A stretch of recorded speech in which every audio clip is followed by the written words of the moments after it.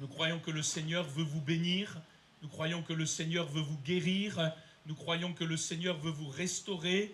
Nous croyons que le Seigneur veut encore faire des miracles dans votre vie. Amen. Ce n'est pas un hasard si vous êtes là ce soir sur cette place. La Bible nous dit que Dieu fait concourir toutes choses au bien de ceux qui aiment Dieu.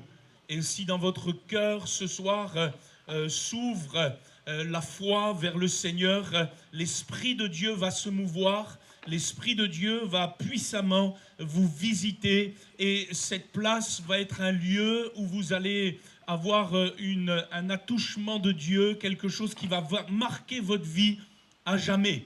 Nous le croyons parce que le Seigneur est le même hier, aujourd'hui et éternellement. Amen.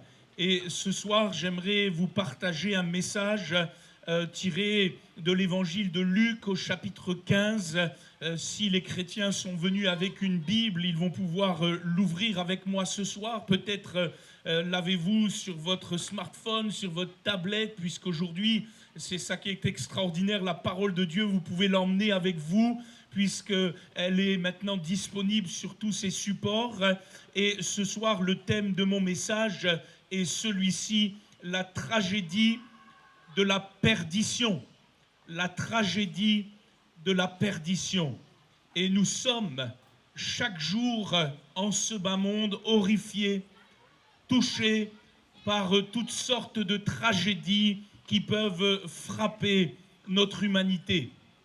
Il y a cette tragédie de cette guerre en Syrie et nous en connaissons les conséquences. Nous savons que notre monde entier est touché par cette tragédie. Il y a la tragédie des migrants qui, sur leurs frêles embarcations en quête de liberté, vont perdre la vie.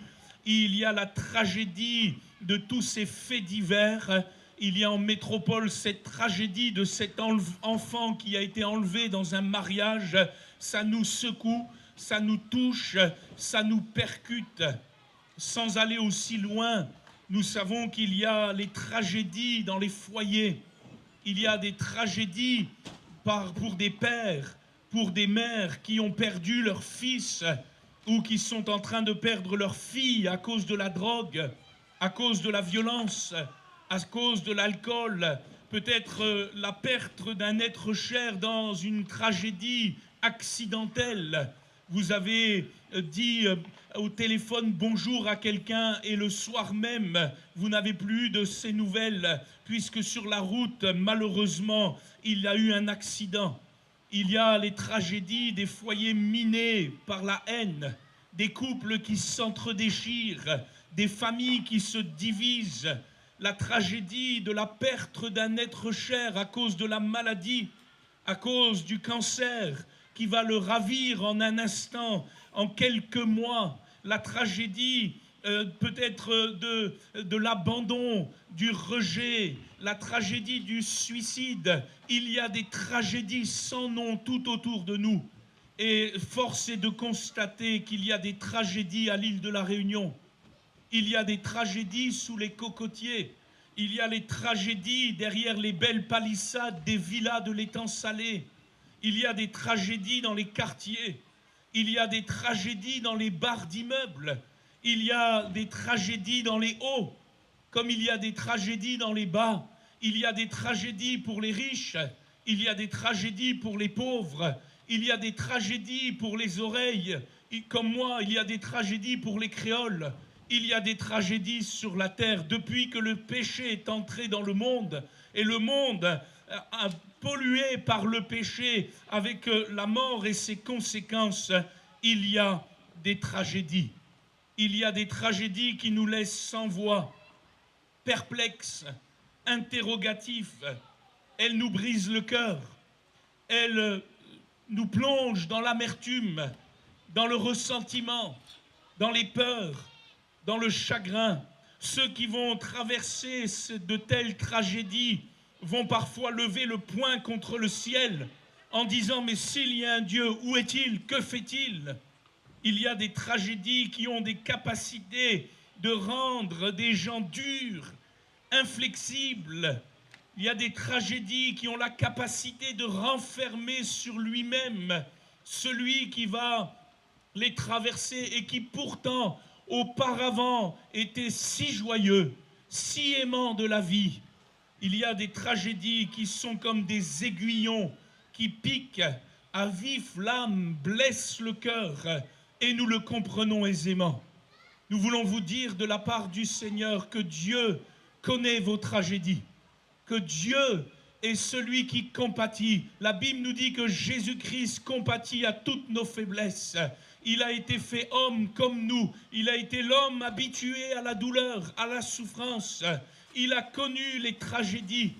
Et nous allons en parler ce soir. Il est celui qui peut ce soir vous bénir. Il est celui qui peut vous consoler. La Bible nous dit que dans le ciel, notre Père est le Père de toutes les miséricordes. Il est le Père de toutes les consolations. Et il peut nous consoler dans toutes nos afflictions. Béni soit son nom. Amen. Et ce soir, nous allons prier pour vous. Peut-être vous passez par des tragédies. Peut-être vous êtes venu ce soir, invité par un ami, invité par un chrétien de cette assemblée de l'étang salé. Peut-être êtes-vous venu ce soir parce que vous avez reçu un prospectus ou parce que vous avez entendu durant ces soirées précédentes le message de l'évangile au loin.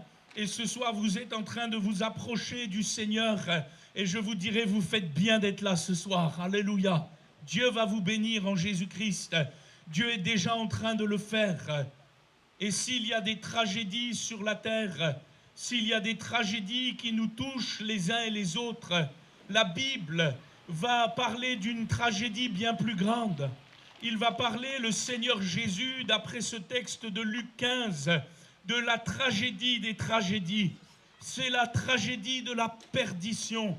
Il va, à travers ces trois courtes histoires de Luc chapitre 15, mettre en relief ce qui est la tragédie la plus grande, la plus terrible, celle de la perdition éternelle.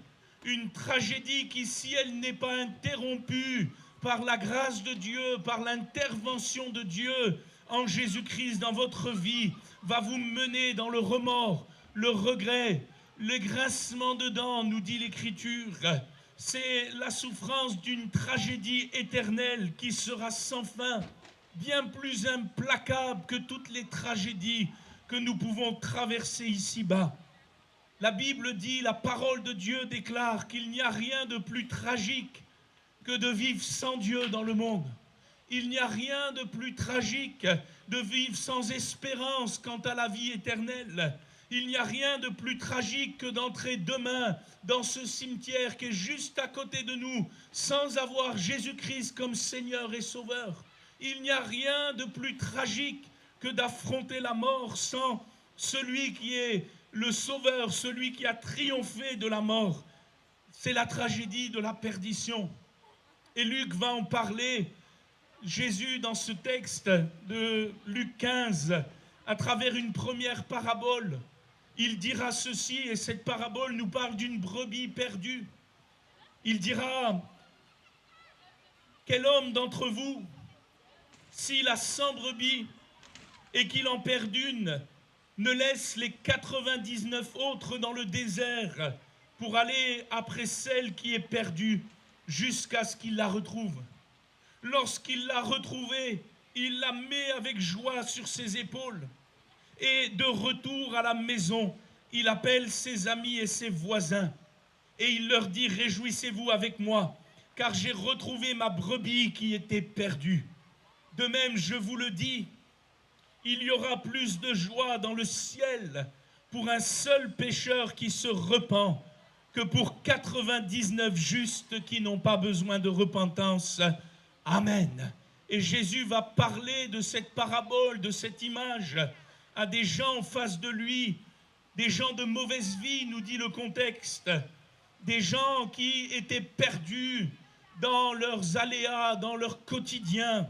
Et il va prendre cet exemple de cette brebis parce qu'il est dans une époque où il y a beaucoup d'élevage. Les gens sont agriculteurs ou les gens sont éleveurs. Ils connaissent la valeur d'une brebis. Et il va dire ici, mais quoi de plus tragique pour un berger digne de ce nom que de perdre une de ses 100 brebis. Il parlera d'une 100e brebis qui s'est égarée, d'une 100e brebis qui s'est enfuie du troupeau, d'une 100e brebis qui, peut-être par inadvertance, ou qui a pris la poudre d'escampette et qui fait maintenant face à une mort certaine, parce qu'elle n'est plus sous la protection du berger. Et ce berger, parce que c'est un berger digne de ce nom, il ne se laisse pas convaincre par l'erreur de croire qu'il peut se suffire des 99 autres brebis qui sont toujours restées dans la bergerie. Il ne supporte même pas cette idée, nous dit Jésus.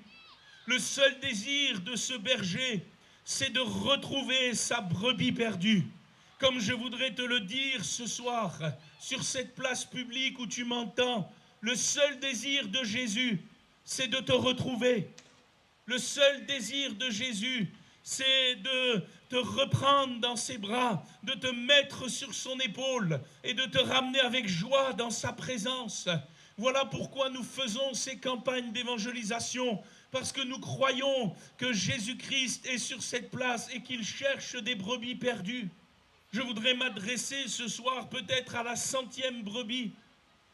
Je voudrais m'adresser peut-être ce soir seulement à une âme, à cette 100e brebis. Peut-être que sur cette place, 99 d'entre nous n'ont pas besoin de repentance. Peut-être que sur cette place, 99 d'entre nous, vous êtes déjà dans la bergerie. Vous êtes déjà sur la surveillance du bon berger. Et béni soit le Seigneur. Mais nous voulons prêcher à la 100e brebis. Nous voulons prêcher à cette personne qui est au milieu de nous ce soir. Peut-être qui est venue timidement, qui se tient au loin entre les voitures et qui ressent son égarement, qui ressent son manque de la présence de Dieu, de la présence de Jésus dans sa vie. Peut-être que votre existence a été comme un labyrinthe où vous vous êtes complètement perdu, perdu dans vos pensées, perdu dans vos choix, perdu dans vos convictions, perdu dans vos orientations de vie. Peut-être êtes-vous en train de vous noyer. Et vous savez que si rien ne se passe, vous êtes à la merci d'un rien, d'un tout petit rien qui peut faire chavirer l'ensemble. Peut-être même aviez-vous suivi de loin l'enseignement de la Bible, l'enseignement de vos parents. Peut-être aviez-vous, quand vous étiez jeune, marché dans la foi et pour X raisons, vous avez quitté l'assemblée, vous avez quitté le Seigneur, vous avez suivi vos propres voies, vous avez suivi vos propres choix. Et puisque le propre d'une brebis, c'est de se perdre, vous voilà aujourd'hui à la croisée des chemins, loin du bon berger de votre âme, et vous êtes dans la crainte. J'aimerais vous dire que Jésus, ce soir, il n'a qu'une hâte, c'est que vous puissiez vous retrouver ensemble. Alléluia. Jésus est là ce soir pour vous. Votre tragédie, ce que vous vivez actuellement, l'importe au plus haut point. Comme ce bon berger de cette première parabole qui quitte les 99 brebis qui sont en sécurité pour venir chercher la 100e. Jésus est là ce soir pour vous. Son cœur vibre pour vous retrouver, vous prendre sur ses épaules, vous ramener avec lui. Il ne se satisfait pas de vous voir dévoré par l'ennemi de vos âmes. Il ne se satisfait pas de vous voir dévoré, manger, rongé de l'intérieur par l'accusateur des frères. Il ne se satisfait pas de vous voir perdre, dilapider votre vie. Il est là ce soir et il veut vous sauver. C'est le beau message de l'Évangile. Peut-être que vous me diriez en réponse, « Mais pasteur, qu'a-t-il fait pour moi ? Ne m'a-t-il pas abandonné à mon triste sort ? M'a-t-il entendu quand j'avais besoin de lui ? Peut-être avez-vous un arrière-goût amer ce soir dans votre cœur suite à votre parcours. Mais j'aimerais vous dire que la tragédie de la croix, la tragédie que Jésus a souffert sur la croix à votre place, elle est le rappel incessant, elle est le rappel constant que Jésus a déjà tout accompli pour vous, que Jésus a déjà tout préparé pour vous, que Jésus a déjà tout disposé pour vous et qu'il n'attend maintenant plus que vous. Mon père était dans ce cas-là.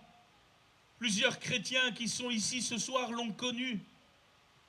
Mon papa n'est pas né dans une famille chrétienne. Moi, j'ai eu le privilège de naître avec un papa qui connaissait déjà Jésus. Et c'est un privilège. Nous avons été orientés dans les voies que nous devions suivre. Mais mon papa, lui, il n'est pas né dans une famille qui connaissait l'Évangile. Et dès l'enfance, il a connu la tragédie d'un père alcoolique, d'un père méchant, d'un père violent, d'un père qui n'avait que des gros mots dans la bouche. Mon papa, quand il est né et quand il a grandi dans son enfance, il a eu la tragédie, il a vécu, traversé la tragédie de la perte d'une grande sœur.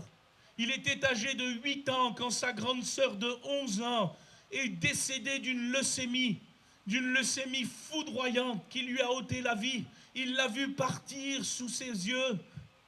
Il a vu ma grand-mère devenir folle et dire à tous dans la maison, mais il n'y a pas de Dieu, il n'y a pas de Dieu. Elle était complètement folle par ce qui venait de se passer, parce qu'elle disait, mais comment cela se fait-il que ma petite fille qui n'a rien fait est ôtée de la vie et que ce bonhomme avec qui nous sommes nous tape tous les jours, nous insulte tous les jours, et lui il est là, il n'y a pas de Dieu. Et mon père a vécu dans cette tragédie, dans cette atmosphère tragique qui l'a amené à son adolescence, à être un jeune délinquant, à partir dans les rues, à partir avec les amis, à commencer à dealer, à commencer à prendre de la drogue, et puis à s'enfoncer. À l'âge de 17 ans, il y a eu la tragédie du conflit avec le père. Et mon père, dans un conflit avec son propre père, en est arrivé aux mains. Il a failli l'égorger, il lui a ouvert la gorge. Ce jour-là, il avait 17 ans. Et il a quitté la maison. Et pendant 4 ans, il a vécu dans les rues. Il a vécu sans Dieu, sans maître, sans loi.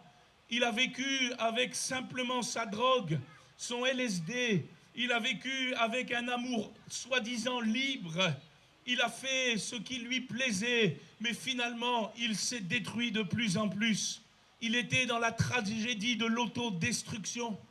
Et à l'âge de 21 ans, au bout du bout, alors qu'il veut en finir avec la vie, il est sur une simple place publique comme nous sommes là ce soir.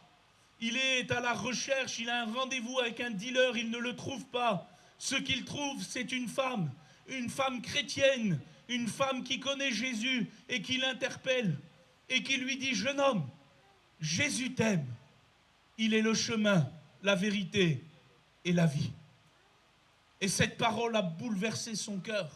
Cette parole a été comme un bâton de dynamite dans son âme qui était détruite. Et cette parole lui a permis de retrouver la vie. 3 jours plus tard, il était dans le foyer de cette dame qu'il avait invitée avec son mari à venir prier dans une simple cuisine. Et là, au pied de cette chaise, il a donné son cœur à Jésus. Et du jour au lendemain, il a été délivré de la drogue.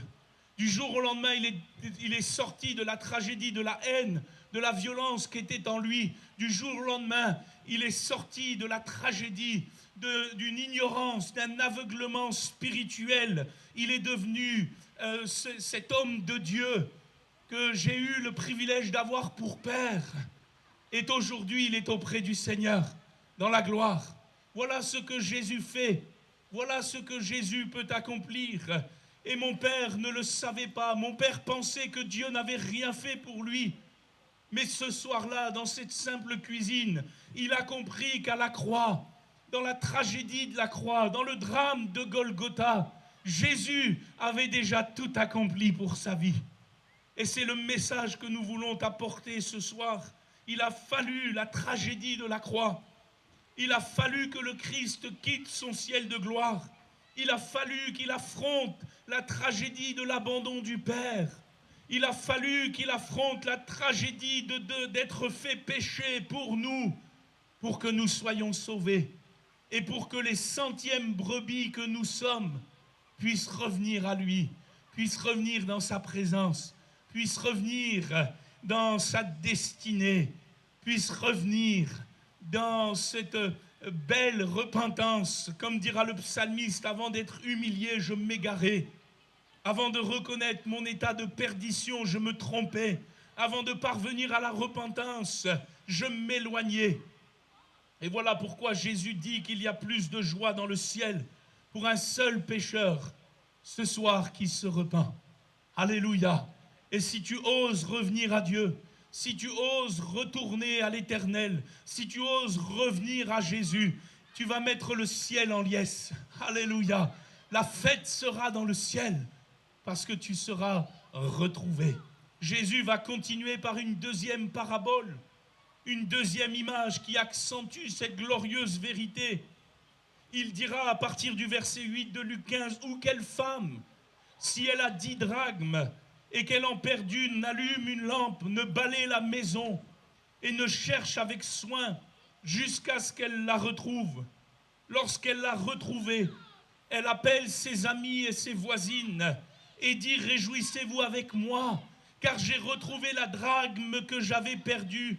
De même, je vous le dis, il y a de la joie devant les anges de Dieu pour un seul pécheur qui se repent.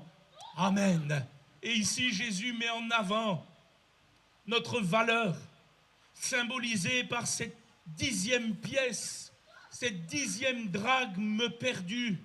Et peut-être ce soir, je voudrais m'adresser à la 10e personne, celle qui est perdue, et vous l'avez lu dans ce texte avec moi, vous l'avez entendu, qui est perdue non pas en dehors de la maison, mais qui est perdue dans la maison, qui s'est perdue là où on ne devrait pas se perdre, qui s'est perdue dans la maison. Cela nous parle de la quantité d'hommes et de femmes qui fréquentent des lieux de culte, mais qui sont toujours dans la perdition, qui fréquentent des maisons, mais qui sont toujours perdus. Parce que ce n'est pas une religion qui nous sauve, c'est la personne extraordinaire de Jésus-Christ, le Seigneur et le Sauveur. Alléluia. Nous ne vous présentons pas une religion ce soir, nous vous présentons le Christ Jésus, celui qui vous aime, celui qui est vivant au siècle des siècles, celui qui a triomphé de la mort, celui qui aujourd'hui, à l'heure où nous parlons, il est assis dans la gloire, dans les lieux célestes, il est assis à la droite de Dieu, il règne. C'est ce Jésus-là qui vous sauve. Ce n'est pas une religion. Et peut-être vous vous êtes égaré dans la confusion spirituelle qui règne aujourd'hui. Peut-être vous vous êtes égaré dans cette confusion qui est sur toute la terre, où on mélange le nom de tous les dieux. Peut-être vous avez cherché à droite, vous avez cherché à gauche, vous avez été dans les philosophies, vous avez été dans les religions ésotériques, peut-être vous avez eu vos propres traditions, et vous n'êtes jamais parvenu à la liberté de la vérité. Et je vous dirais, c'est normal, parce que Jésus a dit, je suis le chemin, la vérité et la vie. Nul ne vient au Père que par moi. Il n'y a qu'un accès, il n'y a qu'une porte au royaume de Dieu, et son nom est Jésus-Christ. Il est le chemin, il est la vérité, il est la vie. L'apôtre Jean l'écrira ainsi, il dira ces choses. Ces choses ont été écrites, c'est la parole de Dieu, c'est l'évangile. Ce soir, vous aurez l'occasion certainement de repartir avec une portion de l'évangile ou demander à l'assemblée de vous donner une portion de l'évangile. Parce que la foi vient de ce qu'on entend. Et ce qu'on entend vient de la parole de Jésus. Et ces choses ont été écrites afin que vous croyiez que Jésus est le Christ, le Fils de Dieu, et qu'en croyant, vous ayez la vie en son nom. Peut-être vous êtes cette 10e drachme. Vous avez de la valeur, mais vous êtes perdu dans la maison. Peut-être il y a un jeune ici, une jeune fille, un jeune homme, un ado, un pré-ado.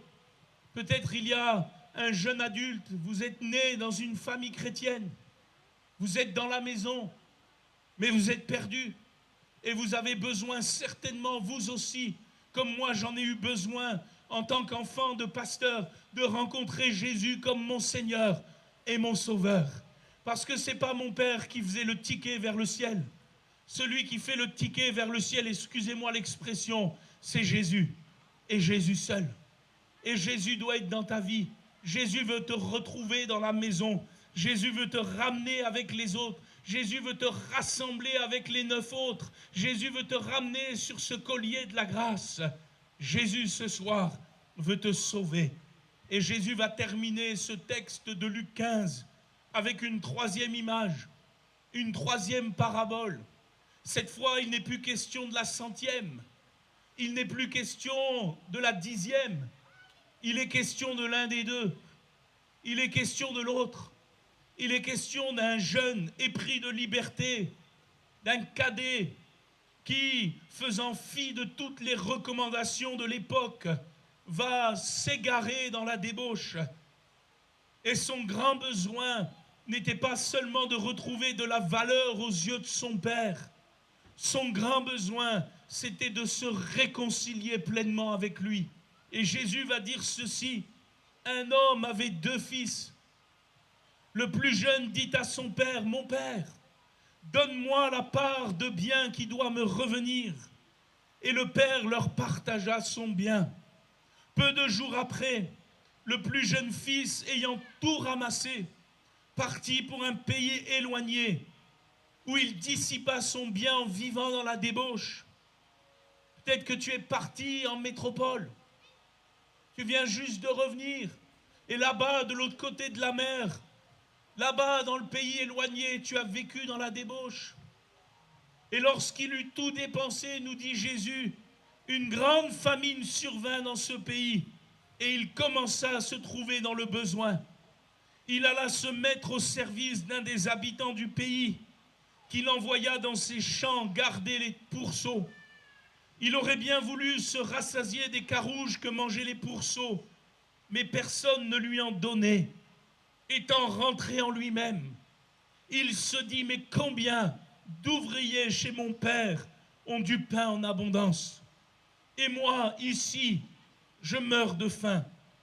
Je me lèverai, j'irai vers mon père, et je lui dirai: mon père, j'ai péché contre le ciel et contre toi. Je ne suis plus digne d'être appelé ton fils. Traite-moi comme l'un de tes ouvriers. Il se leva, il alla vers son père. Et comme il était encore loin, son père le vit, comme Jésus te voit ce soir. Et Jésus nous dit, il fut, le père, ému de compassion. Il courut se jeter à son cou et le baisa. Le fils lui dit: mon père, j'ai péché contre le ciel et contre toi, je ne suis plus digne d'être appelé ton fils. Mais le père dit à ses serviteurs: apportez vite la plus belle robe et l'en revêtez. Mettez-lui un anneau au doigt et des souliers aux pieds. Amenez le veau gras et tuez-le. Mangeons et réjouissons-nous, car mon fils que voici était mort et il est revenu à la vie. Il était perdu et il est retrouvé. Et ils commencèrent à se réjouir. Amen. C'est la tragédie ici que Jésus dépeint de la débauche, du vice, des passions en tout genre, la tragédie des souillures, la tragédie qui touche tellement de jeunes aujourd'hui, tellement de jeunes qui ne vivent ici à La Réunion comme ailleurs que pour la fièvre du samedi soir, qui ne savent plus rien construire dans la vie.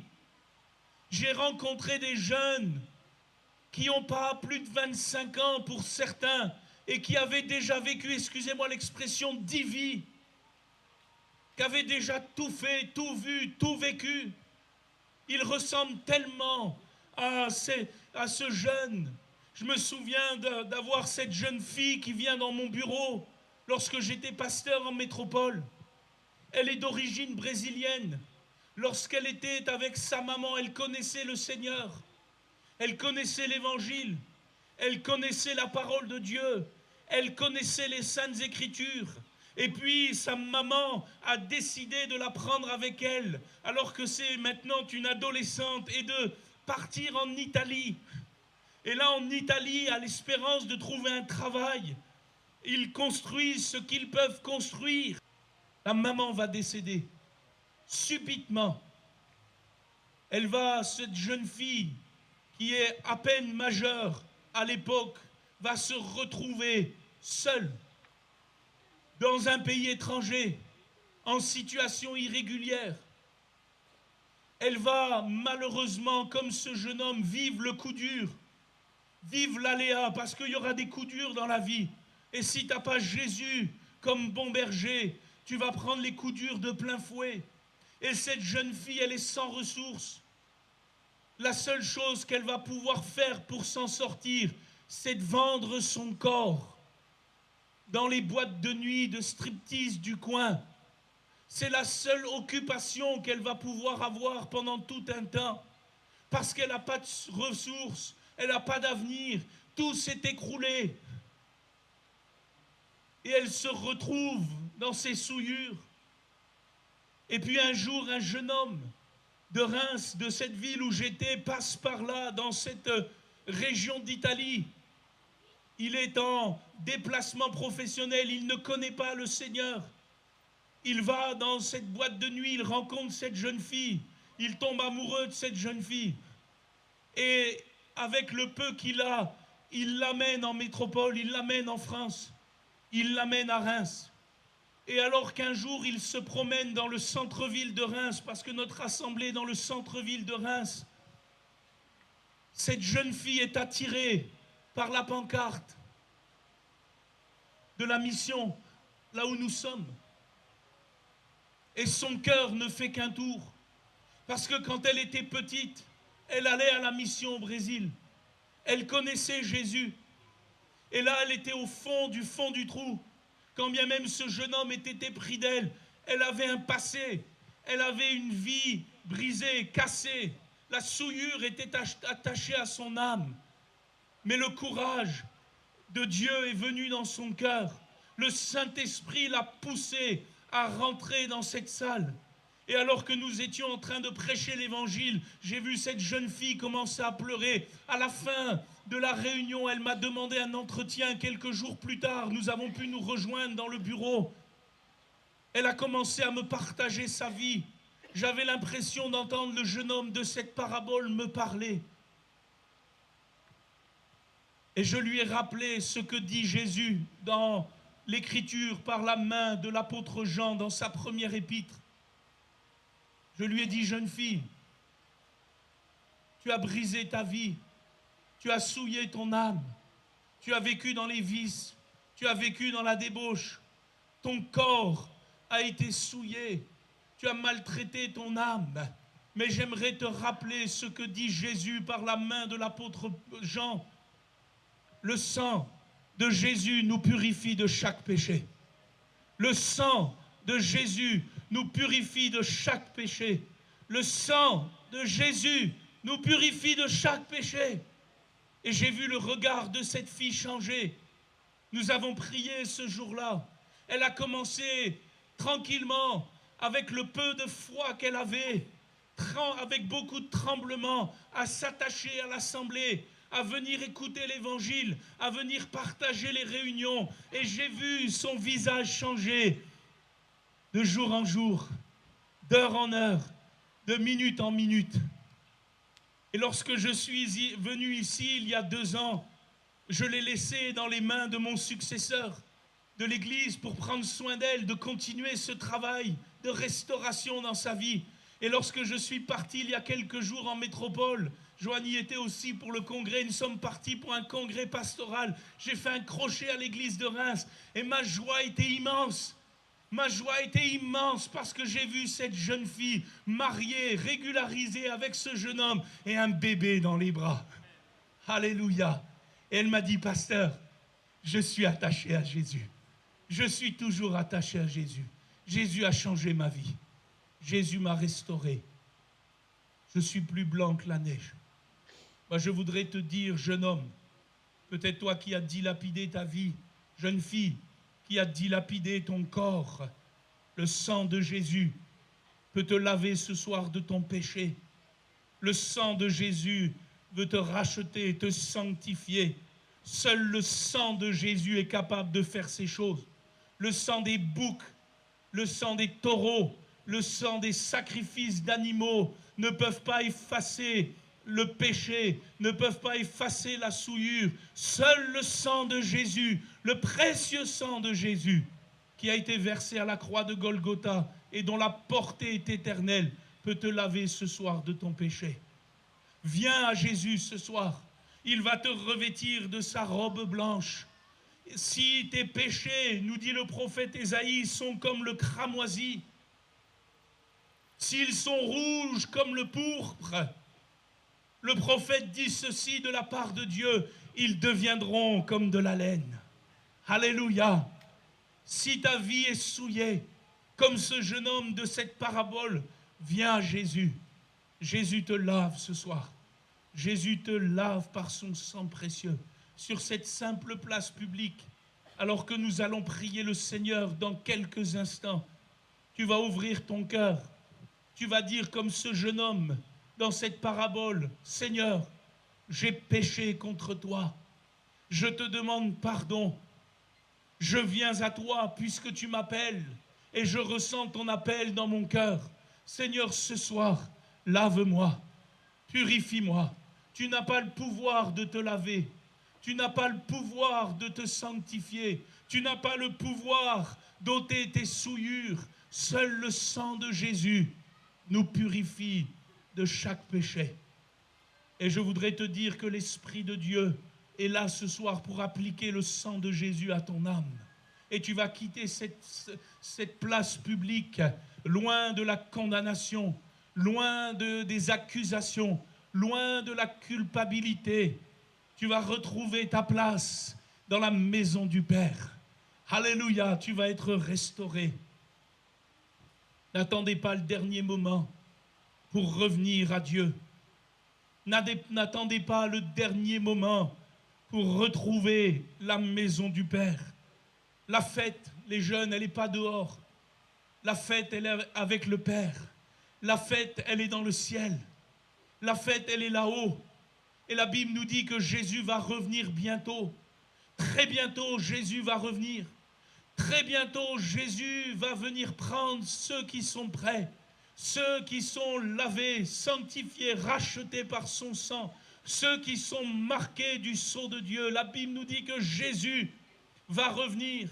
Il a annoncé des guerres, des bruits de guerre. Il a annoncé des séductions spirituelles, des faux prophètes.